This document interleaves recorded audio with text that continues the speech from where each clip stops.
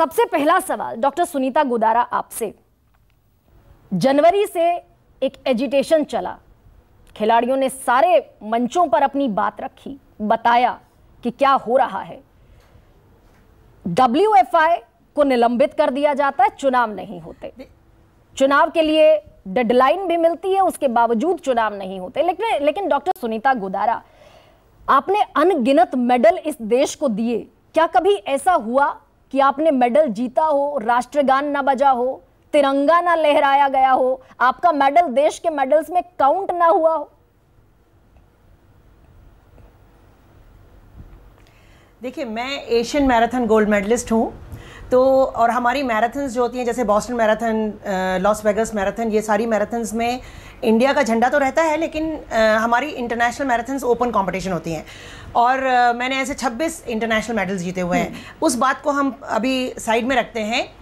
ये सब जो होता है, हमारा जब स्पोर्ट्स सिस्टम रॉटन होने लगता है, उसमें जर्जर अवस्था आ जाती है, और जो काम ये जनवरी में चाहते तो इनकी एडहॉक कमेटी कर सकती थी, इनका इंडियन ओलंपिक एसोसिएशन कर सकता था, स्पोर्ट्स मिनिस्ट्री कर सकती थी। जब टाइम पर आप एक्शन नहीं लेते हैं, और जबकि नोटिस आ चुका है UWW से कि हम बैन कर देंगे अगर 45 डेज के अंदर इलेक्शन नहीं हुए तो। अब एक बंदे को बचाने के लिए, तो आपने जो कहा ना नाक कटाई, नाक तो इस सिस्टम की जर्जर अवस्था ने, स्पोर्ट्स सिस्टम की जर्जर अवस्था ने और ब्रजभूषण ने कटाई। क्योंकि कहते हैं ना, एक अंग्रेजी में कहावत है, rich and powerful people never get jail, they always get bail. और ये बात मैं आपके चैनल पे डे 1 से कह रही थी, और देखिए वही हुआ। और दूसरा, जब पता था कि हमारे स्पोर्ट्स लॉ के तहत ब्रजभूषण को लाइव बैन फ्रॉम स्पोर्ट्स कर सकते हैं, भाई जेल मत भेजो, कुछ मत करो, कोर्ट को अपना काम करने दो। कोर्ट अपना काम हो सकता है 10 साल में पूरा करे या 20 साल में पूरा करे, लेकिन आप तो 2 दिन में पूरा कर सकते थे। स्पोर्ट्स लॉ के तहत अगर ऐसा व्यक्ति जिसके ऊपर इस तरह के एलिगेशन लगे हुए हैं और वो चार्जशीट भी हो गया है, उस वक्त तो उसको लाइव बैन कर देते और टाइम के रहते इलेक्शन भी हो जाते। लेकिन जब वो बंदा, उसका टेन्योर खत्म होने वाला है, वो तब तक वहीं रहेगा। तो ये जो स्पोर्ट्स सिस्टम है ना, उसमें जब इस तरह के लोग आ जाते हैं तो वो एथलीट सेंट्रिक नहीं हो जाता। हमारे ओलंपियन सड़क पे रो रहे हैं, भाई हमारा एक ओलंपियन खिलाड़ी सड़क पे क्यों जाए? अगर हमारे पास अपना एथिक्स कमीशन हो तो वो अपने एथिक्स कमीशन के पास पहले जाएगा। ना तो हमारे पास एथिक्स कमीशन काम कर रहा था, पेपर में सब कुछ है।